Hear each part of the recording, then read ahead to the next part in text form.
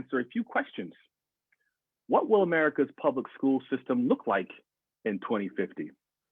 What should we be fighting for, and who should be at the table driving change? Today, we have an all-star panel of experts who are shaping the future of Black and Brown students in America.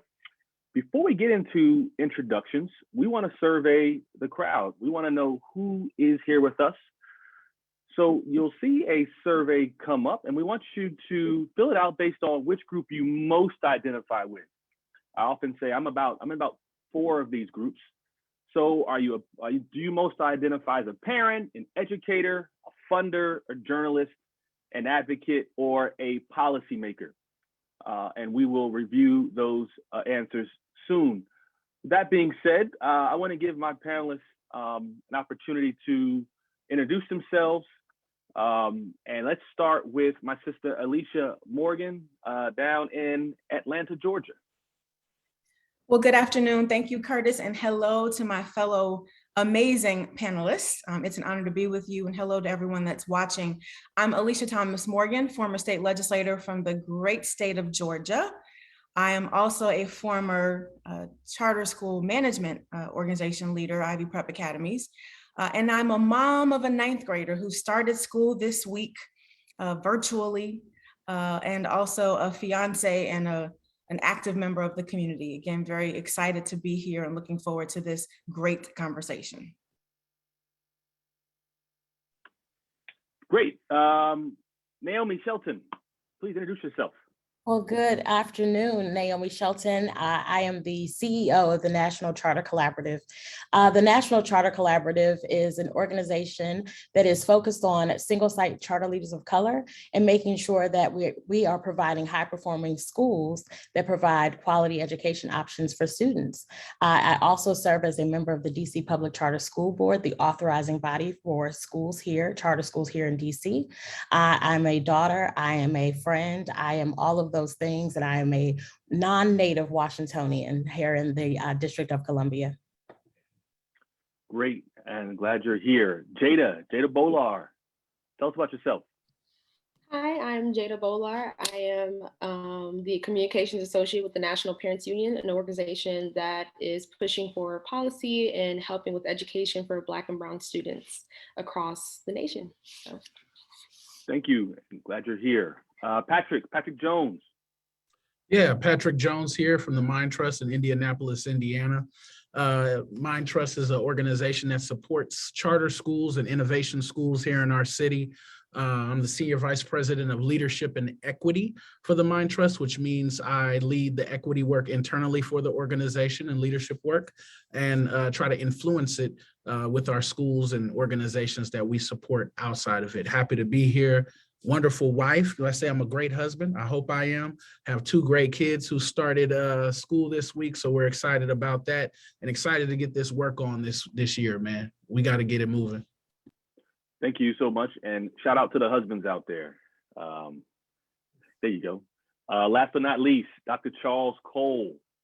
Hey, I'm Charles. I run an organization called Energy Converters that focuses on the end users of education, which is basically students, their parents, and their community, around building agency and having a voice in academics and about their life. I'm an Oakland boy. I was born in Chicago, but I'm an Oakland dude, and I'm happy to be here. Appreciate that. Before we get into our first question, let's take that poll out and find out who's with us. As you all can see, more than half of our audience are advocates. And so these are folks on the front lines advocating at the state, local, in some cases, the federal level. At the same time, our second largest group are educators. And so these are folks who are looking at, what the future of education looks like, more importantly, what it looks like for educators. And then we also have a good number of parents, policymakers, Alicia. So just keep that in mind as you are answering these questions. And that being said, I will keep it with you, Alicia. This term movement, and oftentimes people have said, this charter school movement, we're in the movement, is often, used to refer to the last 30 years, where you had funders, government officials, researchers, advocates, and allies really dedicating themselves to really increasing educational options. Lisa, you are a student of the Civil Rights Movement, graduate of Spelman College. been a mentee of greats like Reverend Joseph Lowry. And so you've done this, you've spoken about it, written about it. Is this a movement? And if not, why not? So thank you for that. And I appreciate you lifting up the name of, yes, one of the greatest mentors I've ever had, Dr. Joseph Lowry, God rest his soul. And I smile because while our values were the same, we had very vigorous debates about charter schools, but he never stopped supporting me, even in my pursuit of equity in that way. And so to answer your question, Curtis, I'd say we're moving, but I'm not sure I'd call us a movement. And the reason that I say that is we certainly have some similarities, right? We've got coalitions of people who believe in choice. Maybe they come to this issue for different reasons. It's about equity for some and leveling the playing field. For others, it might be about free market. For some, it's about escaping schools that don't work or just finding a school that, meets the needs of a child. And so where all those things meet, it's great that we can move this forward. But I don't know if we speak with one sound voice. I don't know if we have a clear direction and a clear end goal when it comes to choice. And so I think that's part of why we're not yet a movement.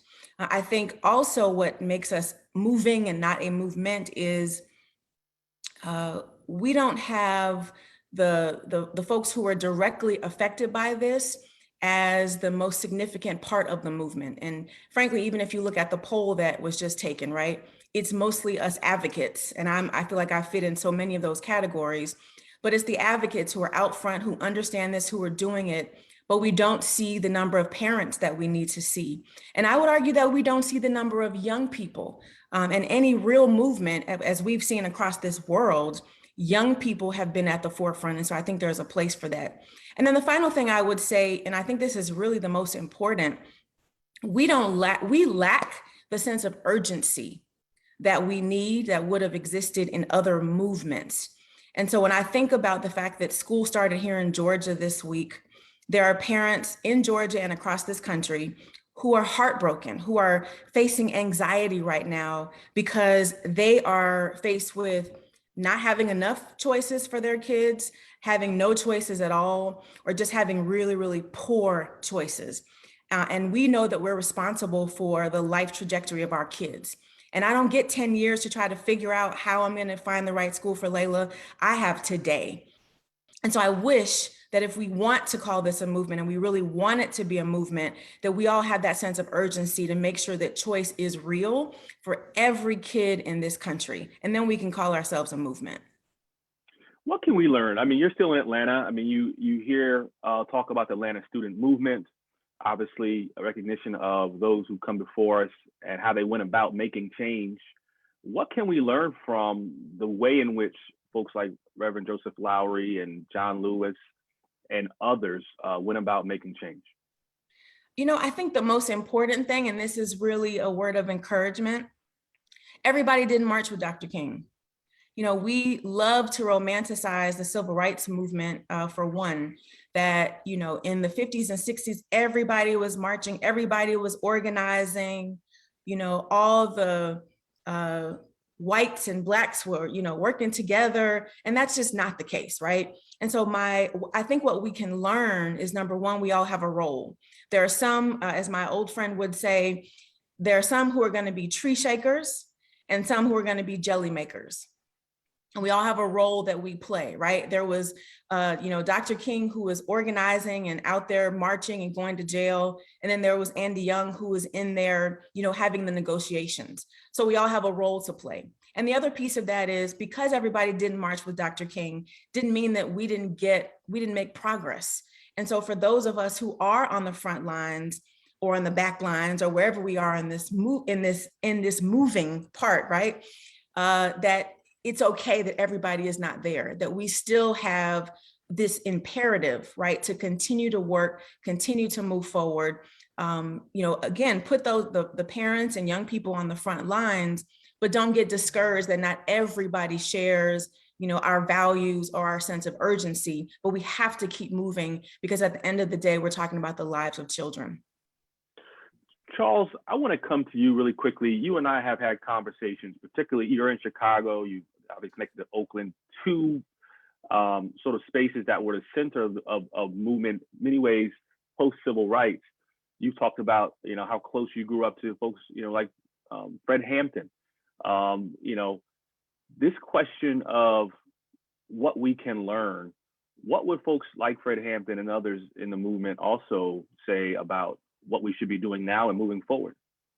Well, I'm definitely not going to try to speak for the chairman, but I do love being from this community. But I do think that, folks of that ilk, I think that you got to be aware of what these systems do to us and what they mean to us and have some facts in it. And I think that knowledge and information is just really, really important. When we run energy converters, we run it off of three things: awareness, navigation, and duty. First, you got to be aware. And I think a lot of people are not aware. I've seen schools all across the country, and a lot of the young people in communities that I work with have not seen their type of kid in a school that is functioning. They haven't seen one where they're getting what they deserve. So it's hard to demand something better if you've not seen it. And then navigation is our people got to live in this right now, like right now. Like we got a lot of what should happen, what should be, but people got to navigate in the here and now. Like Miss Morgan said, like she got to send that baby to school on Monday. So what do you have for me? And in an imperfect system that has not loved us, never loved us, and most people don't even know that Black people are the reason you got free public education today. You know what I'm saying? The least you can do is give me the information and let me make a choice for myself. I don't care what you choose. That's a personal piece, but I got a real beef with you if you got all these options, but you want to deny other people. And then duty. Once you know those things, get out the way. Let people make the choices they need to make. If they want to go to that charter school, cool. If they want to go to that traditional school, cool. If they want to do that homeschool, but give me my dignity. So I think that all those people that you were naming, Curtis, and even the lineage from you, I think it all starts with dignity, man. Why are we having to have discussions around our humanity? That's the wildest, craziest thing ever. Naomi, I want to come to you.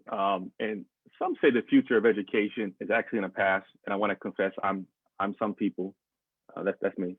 Our ancestors have, really laid the blueprint, particularly as it relates to, leadership, creation of schools. Over a generation ago, over a century ago, philanthropists like Julius Rosenwald connected with leaders like Booker T. Washington, and were funding schools envisioned by Black communities. I mentioned my great-grandparents really saying, this is the type of school we want, run by Black leaders. So in the work that you do, what can our foreparents teach us about what the future of education should look like? Well, thank you for this question. It is really interesting that you asked the question about what the past can teach us about the future.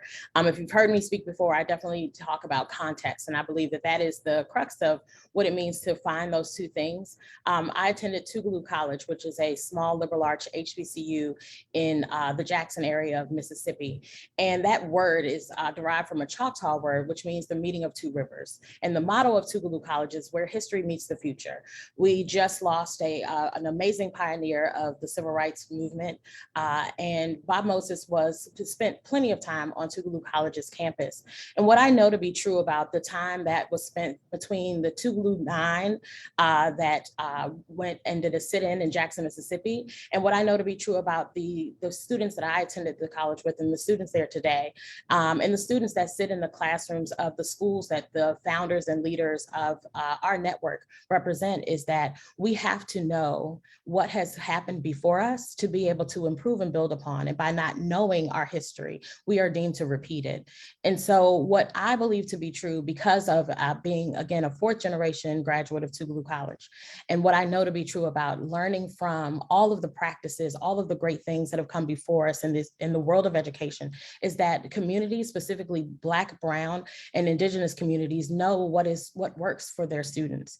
And the leaders that have come into the space, into the charter space specifically, know what works. They have seen great practices of teachers.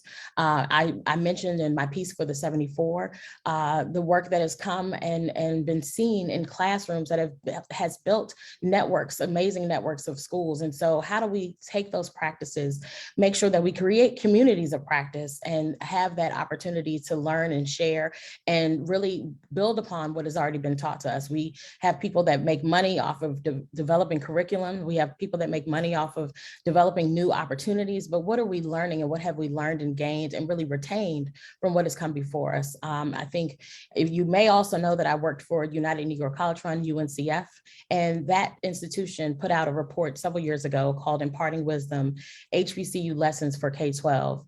And that in itself is the crux of where all this comes from.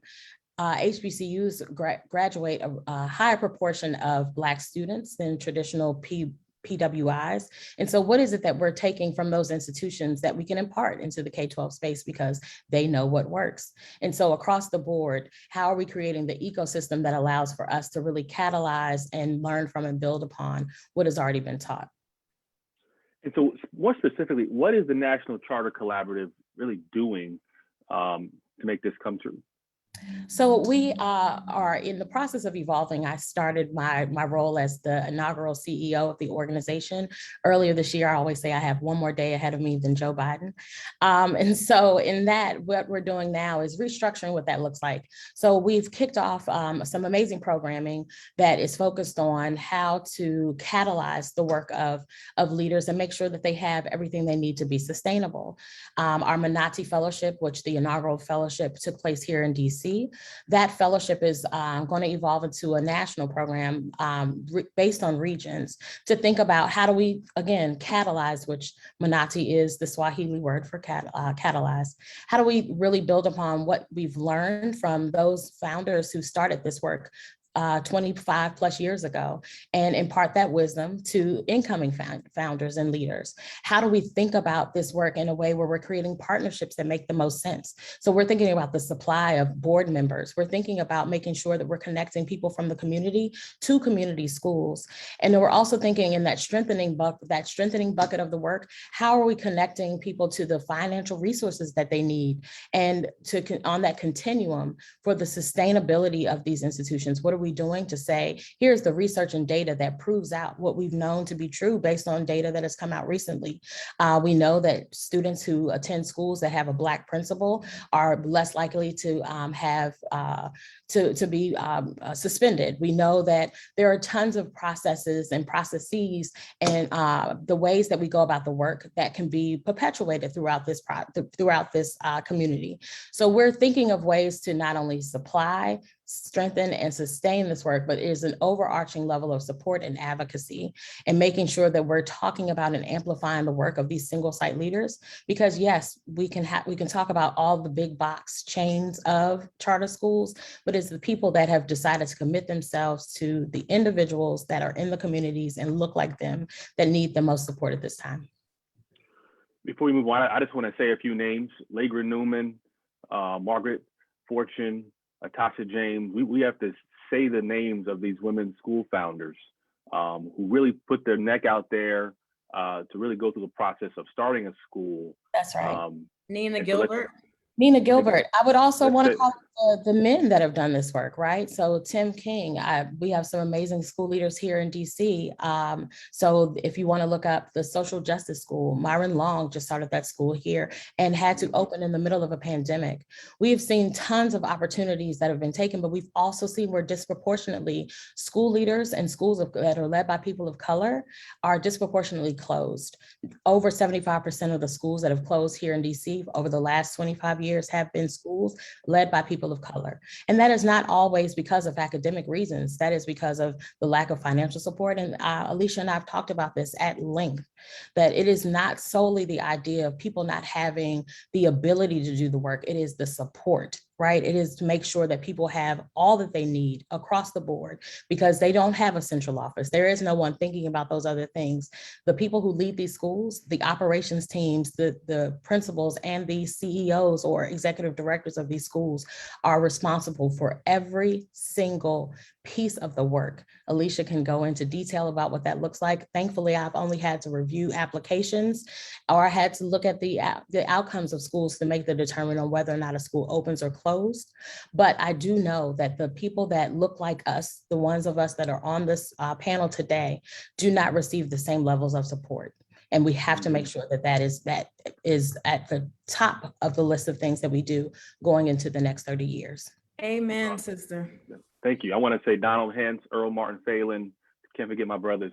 But someone said money, and Patrick, I'm as the preachers say, I'm bowling down your street. And so in 2020, Bill Gates and the Gates Foundation admitted that the impact of its the foundation's investments of over $2 billion in so-called public education reform over the last 10 years has been disappointing. Today in America, a student's zip code is just as much an predictor of their future as it was 30 years ago. So Patrick, what did education funders over the last 30 years get right, and what do they get wrong? I think first up, want to applaud Bill Gates. Not too many times you can applaud a billionaire by saying it, it was negligible at best in saying whether or not this works. I think one of the best things that we can do as a reform community is critique our own work. And I think that will be our undoing unless we start to do that. The other thing is to think about what worked. I'm looking at opportunities for school leaders of color and people in our communities to form and start some schools and have input on some schools. It hasn't happened en masse, but it has happened. I think there's some evidence in proficiency in schools. I think also the biggest impact is there's been a reimagining of what education can be. And we didn't really see that in the same way. It happened in some ways before the reform movement, but it's happening a lot more now. What did not work? There's a lot of that. The thievery of our ideas, Harriet Ball, Marva Collins, Joe Clark, Jaime Escalante, Geneva Gay, when we look at everything that they brought to the table before the reform movement has been stolen, has been put into books, has been attributed to other people that those methods did not belong to. That's problematic. I think Naomi called this out, lower funding and philanthropy for school leaders of color. I think another thing that plagues us is a singular focus in so many schools. It's not to say that one school shouldn't have a singular focus, but so many schools are parodies of one another. And then one thing I'm really passionate about is this idea, what I'm calling a limited idea of excellence. And so when we look at, everybody's standards based, everybody's really focused on, okay, we're going to hit this, what the state is considering exceptional for students. When the reality of the situation is, if we go to some of the best schools in America, that standard is actually the lowest level kids are performing at. I was a math counts coach at the school that I used to run at Tinley and where I used to teach. Math counts is one of the highest levels of mathematics that you can do in middle school. When we look at the math Olympiad, we look at forensic debates, when we look at the science Olympiad, that's what our kids should be doing.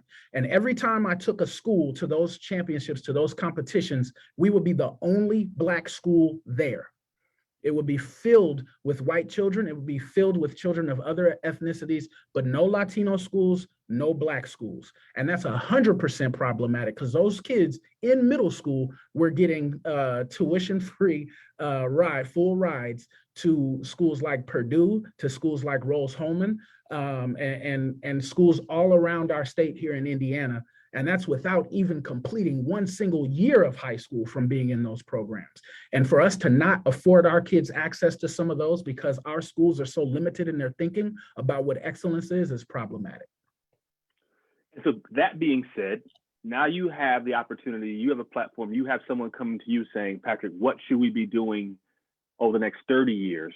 Yeah. Based on what you're saying we did wrong over the past 30. Yeah. The biggest thing is increase what is the highest level of education for our students and make parents aware of what exactly that is. The other thing is understanding that we need to build a comprehensive ecosystem, a community around education. I believe in Dr. Cole is probably going to talk about self-determination on this call. I believe in it. Kujichagulia, the second principle of Kwanzaa, self-determination in a sustainable way. If a prosperity in our community is going to be sustainable, we must understand that all academic, social, and economic aspects of what schooling is our responsibility. The whitest space in school reform right now is the finance room in any school district and in any charter school. It's the whitest space in school. And that's nothing against white folks, but it is a barrier for Kujichagulia for Black and brown folks, 100%. If we don't understand and control all of that, then we can't build a comprehensive ecosystem for our kids. Here's how this works. If I ran the finance space and I need a vendor for something, then and I'm Black, then I'm more likely to hire a Black vendor. That Black vendor is more likely to give back to my school, is more likely to provide internships for my school, is more likely to provide my children with social capital, then it's more likely for my child to be successful in whatever endeavor they want to embark upon. And so when we look at it like this, we have to look at it as a whole system and not just a school, not just singular education. Education, Claude Anderson says, like, education was not meant to solve all of our economic and social woes. And when the government was given the choice of saying that we want to solve this problem with these people who just left slavery, and they had the choice between 40 acres and a mule, and given some type of assistance to start schools, they went with the schools, and they went away with the 40 acres and a mule. Why? Because they understand the importance of economics in our communities. And so we have to understand we can't solve this problem just by getting schools to become better. That ain't gonna work. I've led tons of schools that have produced great academic results for kids, and have seen the same things that I grew up with from those schools, where kids were performing on grade level to the clips of 85, 90%, and saw the same outcomes for the kids I was teaching with the kids I grew up with. What does that mean? That education is not the only thing we need to be focused on, but we can use education as a platform to handle it as a multifaceted approach to really uplift our folks with the next phase of this movement. No, thank you, Patrick. And for those who are watching, I mean, what you're seeing is 6 individuals who are kind of sitting down at a kind of a virtual table, a table that we have set for ourselves. And this question of who's at the table is incredibly important. There's a little saying, if you're not at the table, you're on the menu. And for too long, we've not been at the table. And so this question of how we move forward is what we're going to address. But before we do that, we want to poll the audience once more. And this is an idea of sort of who's at the table and who should have greater voice than they have now. And so not so much whether they should be at the table or not, because in some of the cases you'll see in the survey, they're at the table. But the question is, how much voice do they have? And so for those in the audience, please answer this question for us. Who should have a greater voice in shaping what public education looks like 30 years from now? Is it parents, students, school leaders, researchers, journalists, funders, or public officials? Each of these groups has some voice at the local, state, and federal level. The question is, who should have greater voice? And we'll check back in on the results of that. Charles, I want to come to you, to sort of stick with this theme. Essentially, where you stand depends on where you sit. How you feel about a particular issue depends on sort of your own circumstance and how the issue affects you, where you live, whether your children attend a school that's serving them or not. And so the face of those really leading the organizations driving so-called school choice and ed reform have not necessarily reflected the faces that you see on this panel and within our Latinx community. And so, how have those in leadership and their own, personal experiences impacted what we call school choice and what it looks like and how it's been achieved? Well, first off, I just want to say everybody done went off. Patrick, you that was dope, man. I can't wait to hear Jada. First off, I think it's named poorly, which probably leads to who gets to be at the table and make some decisions. Instead of calling it school choice, it should be called parent choice. And I think that just inherently, puts power back where it is. I know what it means, and I think we know what it means here, but we've seen that term get bastardized and used against folks that's trying to actually do good things, man. But for me, it always is going to be parents and students for me. And I can't separate who I am and what I've been through in this system with what I feel. I lived in 4 shelters. Like, I went to 11 elementary schools. Like, my parents was dope fiends for a minute until they got clean. Like, and I had to navigate a lot of that stuff by myself. So when you say, and nobody valued that navigation that led to becoming a doctor or figuring out these things or navigating this stuff, but yet and still you letting people make decisions that can't even walk in these neighborhoods or are scared or afraid of these people. You have to give people their dignity and their agency back around this stuff. That don't mean they know everything. That don't mean they the end all be all or whatever, but people need to be at the front of the table around their kids and around themselves as students. You know what I mean? And I think, I know MPU is doing some really good stuff around that. And I just feel like, listen, man, when you raise somebody in a vulgar environment, you can't then be mad at them when they survive it and be vulgar. I'm a vulgar cat. I'm a grimy dude, and I had to be grimy to get to where I'm at, to stay where I'm at, to fight where I'm at. I'm always ready to fight. And sometimes you misfire on that, right? You know what I'm saying? And if you want to paint these parents that are trying their best to and asking for just a semblance of agency around where their kid can go, but then you demonize them and say they're not using the right words, they're not doing this, they're not doing that. Parents shouldn't have to translate to schools. Schools should actually translate to understand parents in the community that they in and that they getting paid to serve. And I just think that they have to be at the very, very head of that table, and they have to be the coaches and quarterbacks of those teams, because they are the people that have to live with the consequences of what these systems are doing with our babies. And I'll just end it on this last piece, man. It's just that if somebody don't want you there and they got to do with your kid, man, you should really be questioned. I don't care what kind of school it is, right? You don't owe these systems nothing. And I don't know, that's a lie from the gates of hell for me. You don't owe these systems anything. They owe us. They're supposed to be educating our kids, and they're supposed to be working with us. And if any system don't want to do that, then it's time to replace it. No, I mean, this is an incredibly important topic. I mean, this is something, Charles, you work on daily, and many people, particularly, where Jada is, we're going to come to you at the National Parents Union as really standing on. Before we do that, I do want to go back to the survey and give you all a sort of a glimpse into the results of what our audience says, the group our audience says should have greater voice in this. And so they're saying, moving forward, we need parents out front, more so than ever. But the second group, and they're gaining, is going to be these students. And, thank you all for really setting me up to throw it to Jada, who in many cases is someone who, I firmly believe is going to have a movie made after her because of her story and the way that her story has pushed this movement, and really to the point I believe, Alicia, you mentioned, this idea of urgency. And oftentimes when you talk about change, when we talk about sort of statistics, percentages, increase, decrease, it allows you to sort of, stand pat and sort of slow down.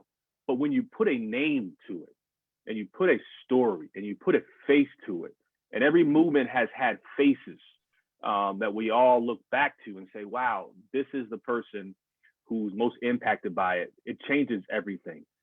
And so, I'm sipping on my National Parents Union water over here.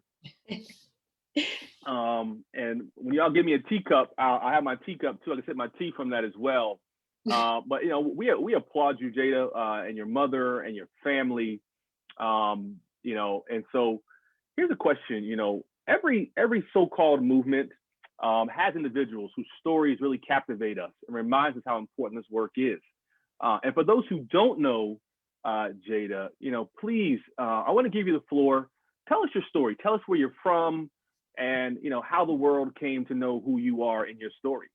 Yeah, so I'm Jada Bolar, the daughter of Kelly Williams Bolar. And Kelly Williams Bolar was the mother who was basically put on blast, essentially. She sent my sister and I to a school outside of our district, and she was prosecuted for that. My mother did end up doing time. And to me, what that means is that, okay, I want to say really quickly though, that the judge did say, I want to make an example out of her. And so to hear that, and to hear that you're willing to do something and demonize it, when she was just trying to get a better education for my sister and I. The school system that we were in prior to the school outside of our district was horrible, if I'm being quite honest. When I ended up going to, it was Copley School District, that is the school district that was outside of where we actually lived. And when I was going there, we had greenhouses, we had computer labs, we had we had a rock climbing wall, all resources, pools, you know what I mean? Resources that I did not have in the inner city schools of Akron, Ohio. In Akron, Ohio, we had a box with dirt, and that was our greenhouse. That was what we had. We didn't have all the resources that the other school did. And yes, it was predominantly white. But my mom, she was making a decision where she felt like she knew that this would be the best choice for my sister and I. And it essentially originally did backfire, but honestly, it set me up for the rest of my life because a lot of those lemons turned into lemonade. I got this amazing opportunity to work with the National Parents Union, who was a phenomenal organization that has been nothing but powerful, a powerhouse, honestly. The way they've just helped so many families and brought so much light to a lot of people with stories like mine. Garcia, I can't remember his first name, but his name was Garcia, and he was going through something similar that me and my family went through.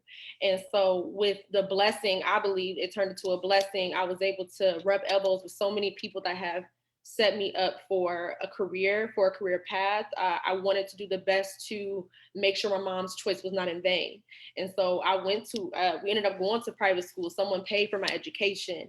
An anonymous donor from, I believe, like Canada, he owned a hockey team. And he reached out to my mom and said, I'm super moved by your story, and I want to help. I want you to make sure your daughter is continuing to get a better education. Unfortunately, my sister was too old at the time, so they went ahead and sent me to a really nice private school. But I have been blessed from it, honestly, and everything has really manifested itself into being something that is going to be in history books, I believe, personally. When you have a situation like that, it needs light shed on it. So excuse me. So I get choked up when I talk about it, I'm sorry. but yeah, I respect my mom so much, and I hope I can be even a part of the woman that she is today. We appreciate you. And, I'm aging myself, but you have aunties and uncles over here who got you. You need anything, you just let us know. And oftentimes people like Alicia and Charles and Naomi and I get told, wait. And what I'll tell them is, you could tell me wait. Tell Jay to wait. Tell her sister to wait. Like, they're in the school. I got mine. We got our degrees. Yeah. You go to the school and you tell them to wait. Like, that's the story. Yeah. But also, you're unique from most historical figures because not only did you sort of come to light, but also you are working. Like you said, I'm gonna jump in this and do this work. Yes. You saw the poll. People are saying we need students. I'm yes. someone who studied movements from Soweto uprising all the way to the movement all the way up until now. It were students at the forefront of all this. And so what role should your generation play moving forward in shaping what public education looks like, do you think? One thing I noticed is that with my generation, social media is huge, right? So it's about bringing light, shedding light, having reach. Social media gives us reach, being able to, again, like I said, shed light on situations that would have in the past been turned a deaf ear to. Having that platform, having a platform, being able to make your voice heard with social media. And honestly, I think that that's on our future. We have the internet now, and now we have Facebook, Instagram, Snapchat, TikTok, especially TikTok, like bringing a voice to us, to my generation, and being able to reach further platforms that we wouldn't have been able to reach 20 years ago. Being able to have that access is phenomenal. And that's how we're going to be able to make changes. That's how we're going to be able to shift the paradigm, essentially, because we're going to be able to make known things that would have been swept under the rug in the past. Mm-hmm.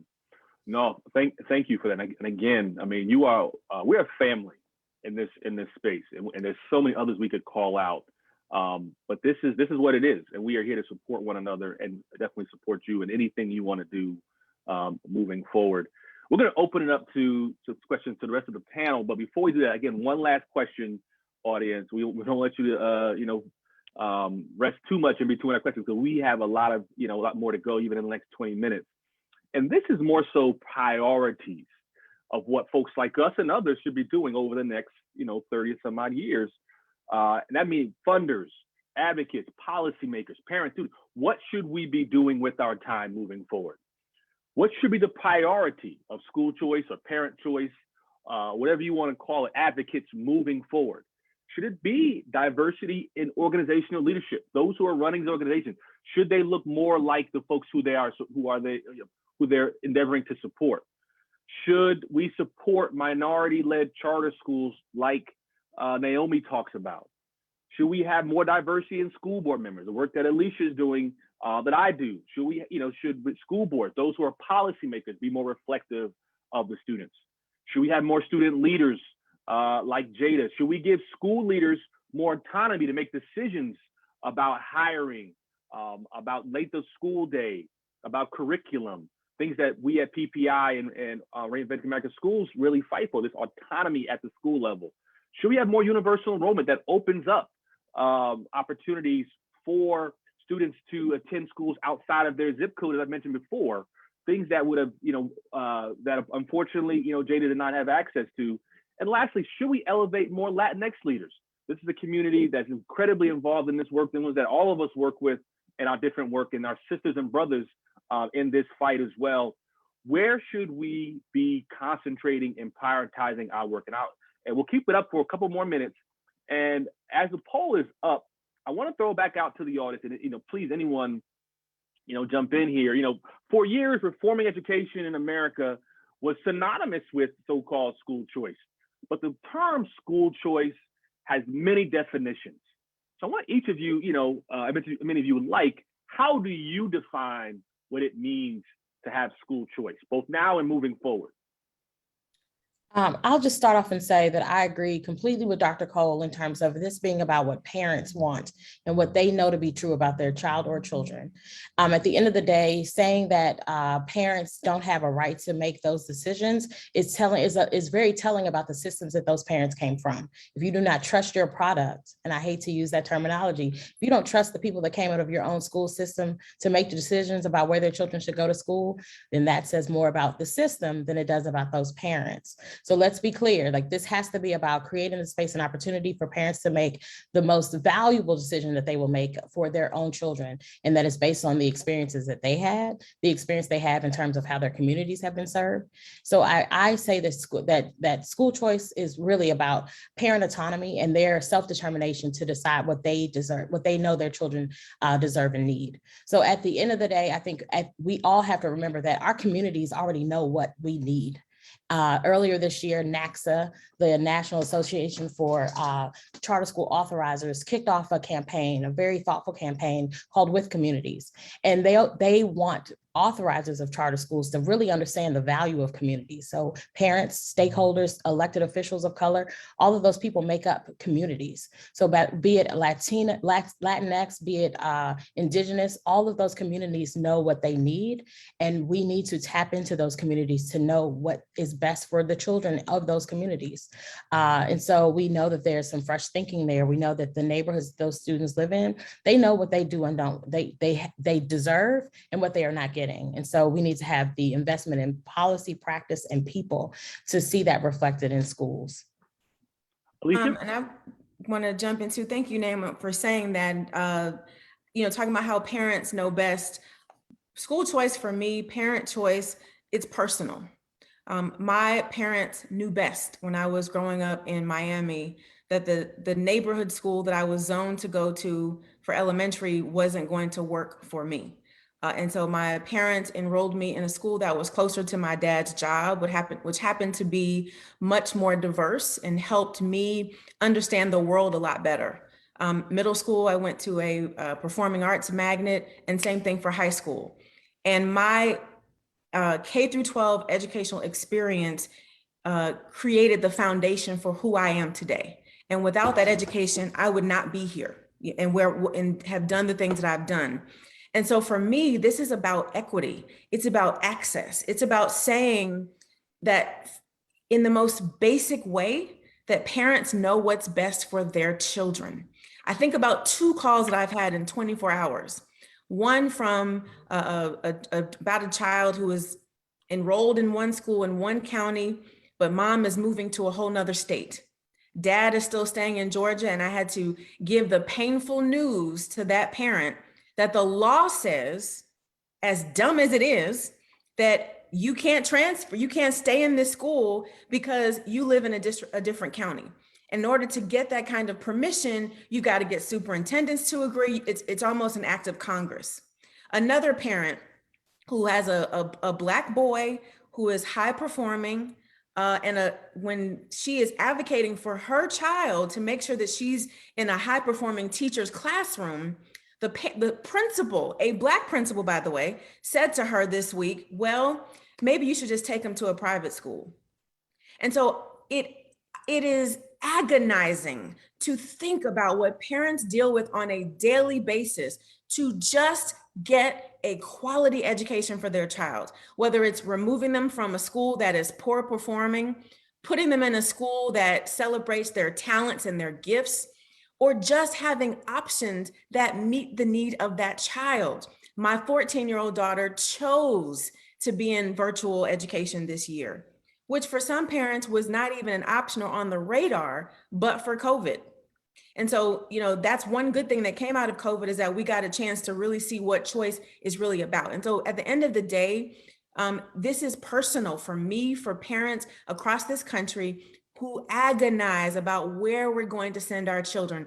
And if I can choose where to go to the doctor, what hamburger place I want to go to, I don't understand why it is so difficult to simply choose where my child gets the most important thing to set them up for the rest of their lives. Yeah, and onto that, Alicia, that's amazing. And I go through the same thing. I have a 13-year-old son. He getting ready to go to high school next year. And listen, that's a decision right there. And it's difficult, but I'm willing to go through it. And like you said, as a parent, I have all the skills I need to figure out what's best for him. And he has all the input to tell me what's best for him as well. In addition to that, I'd like to talk about, we heard it from a parent standpoint, but there's also this idea of a system standpoint and figuring out like what communities need, and saying that how these schools actually get created in terms of school choice.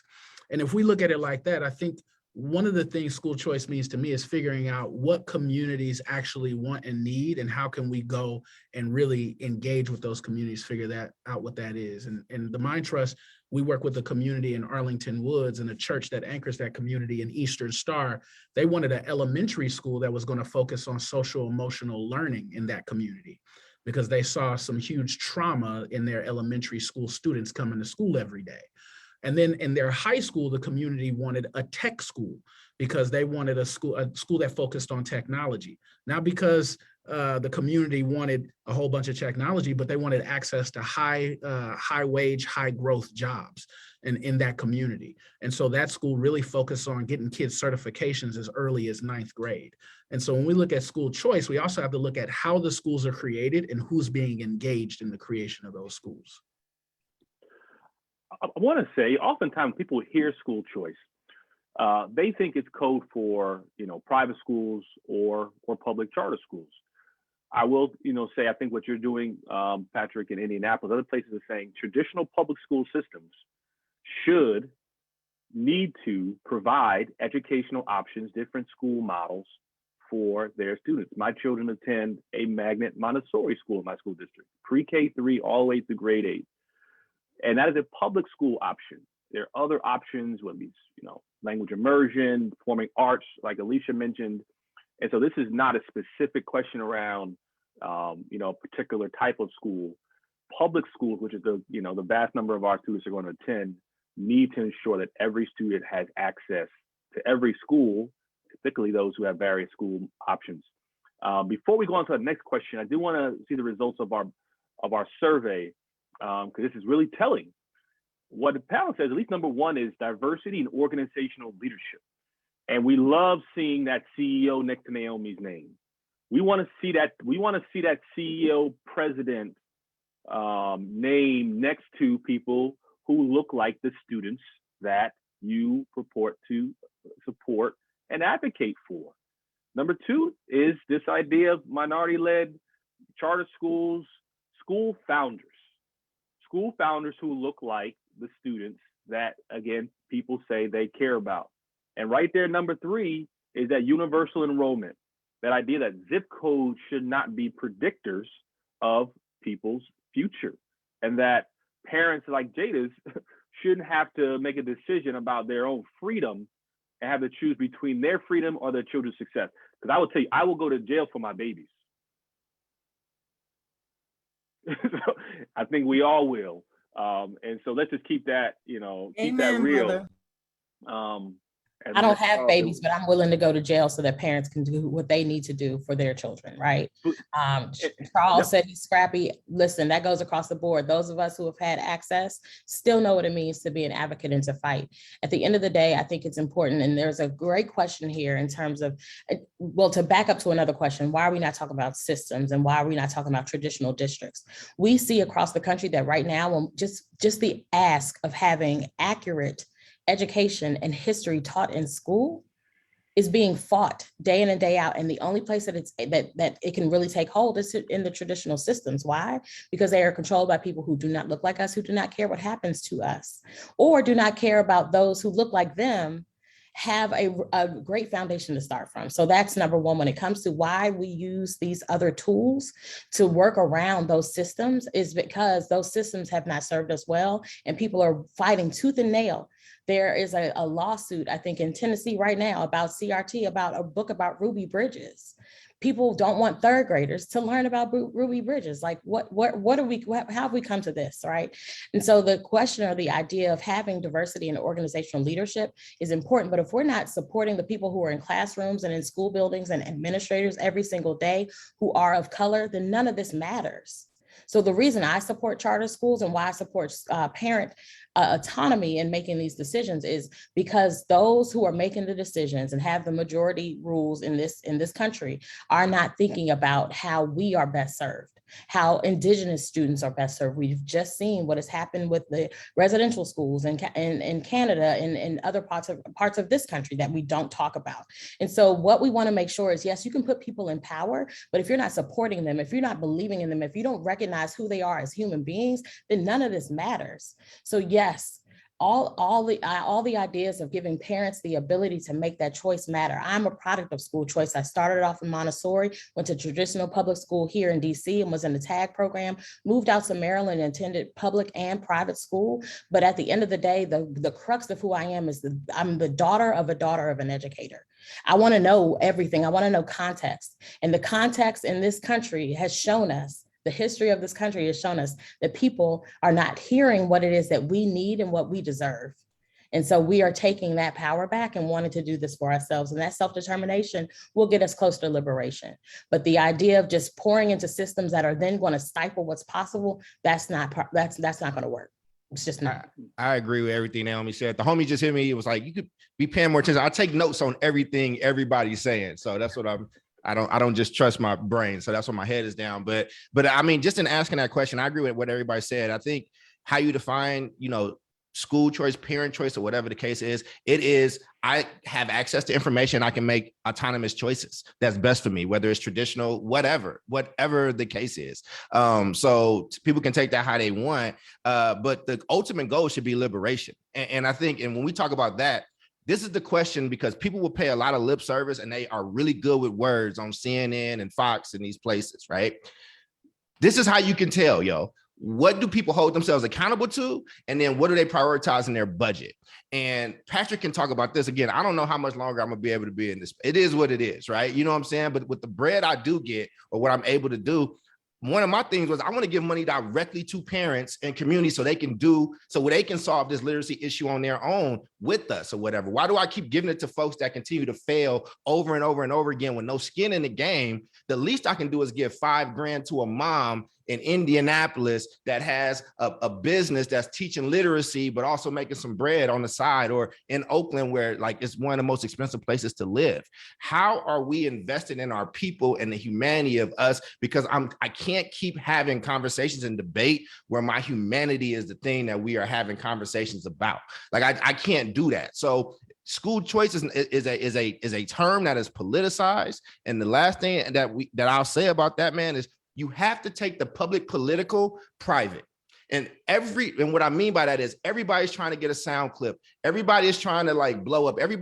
People don't tell you what they think no more. They look at Twitter and social media and see what the knowledge the knowledge market is saying, and then they tell you what they think.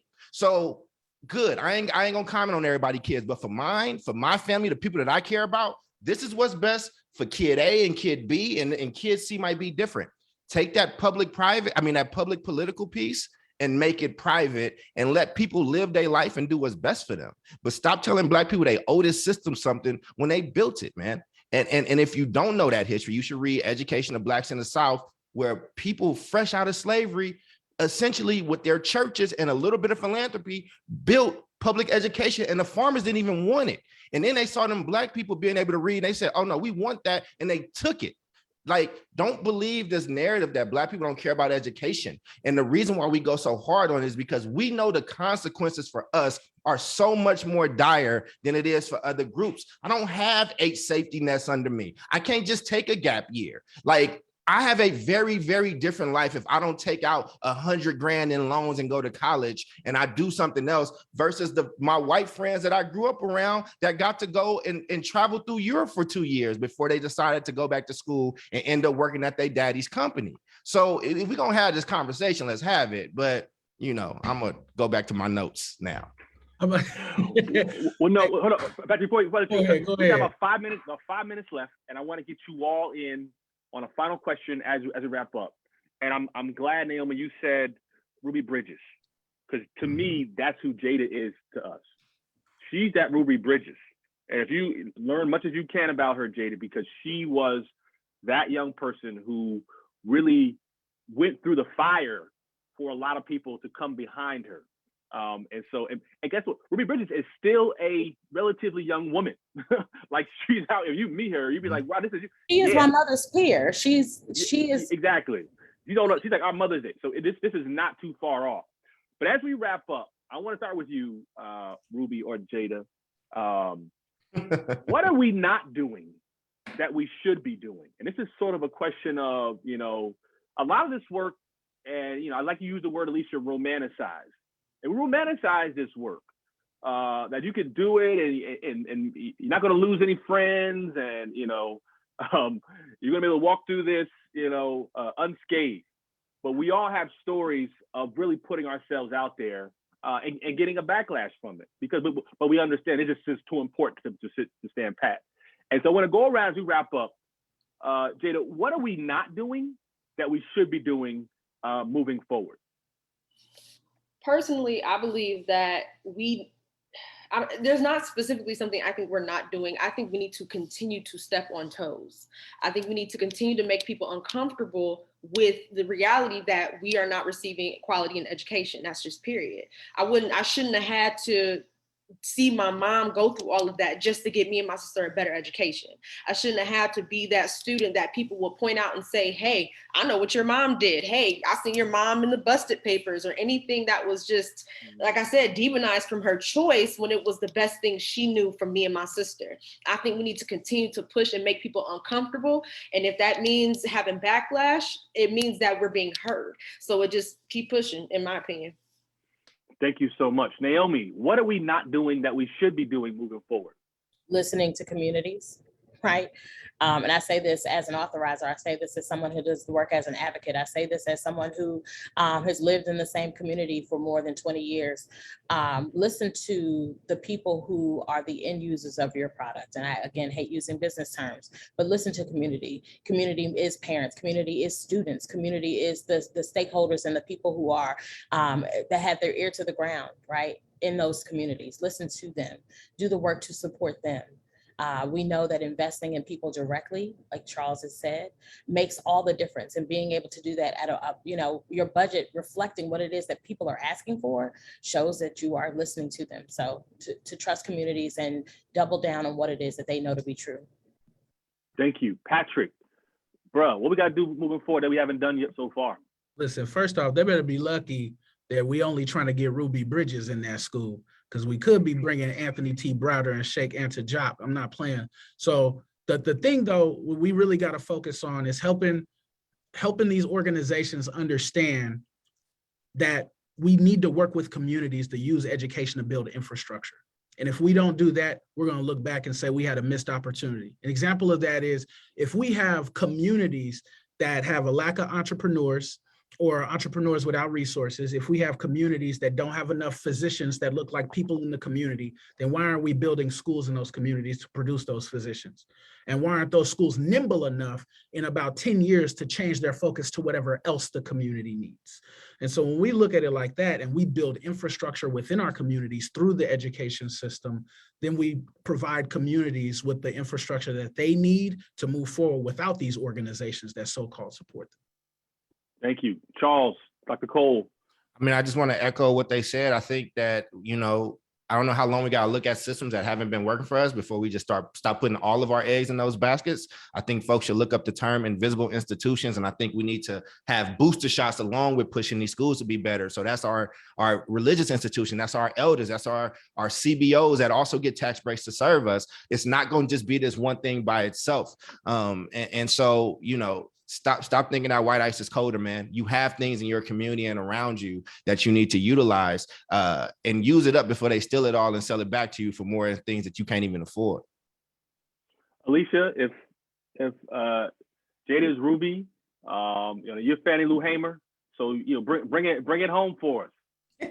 Listen, I am sick and tired of being sick and tired of liberals in the Democratic Party, and I consider myself to be a progressive, being comfortable with the status quo, who are telling us that we should accept schools the way they are, just send your child to the school that they're zoned to go to, while they move into neighborhoods that have great schools or send their kids to private schools. The same thing happened in the civil rights movement with moderate preachers. The same thing is happening now. Stop it. The second thing is support our Black and Brown-led charter schools financially, operationally, and politically. That was intentional to have the good sister leave us on that note. The mic has been dropped. We thank you all for joining us in this amazing conversation. Please continue to follow each of their organizations, what they've done.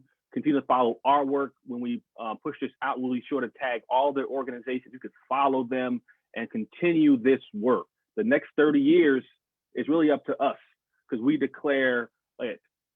So thank you so much. Have a great afternoon. We look forward to the next time that you tune in to a Reinventing America Schools webinar. Thank you.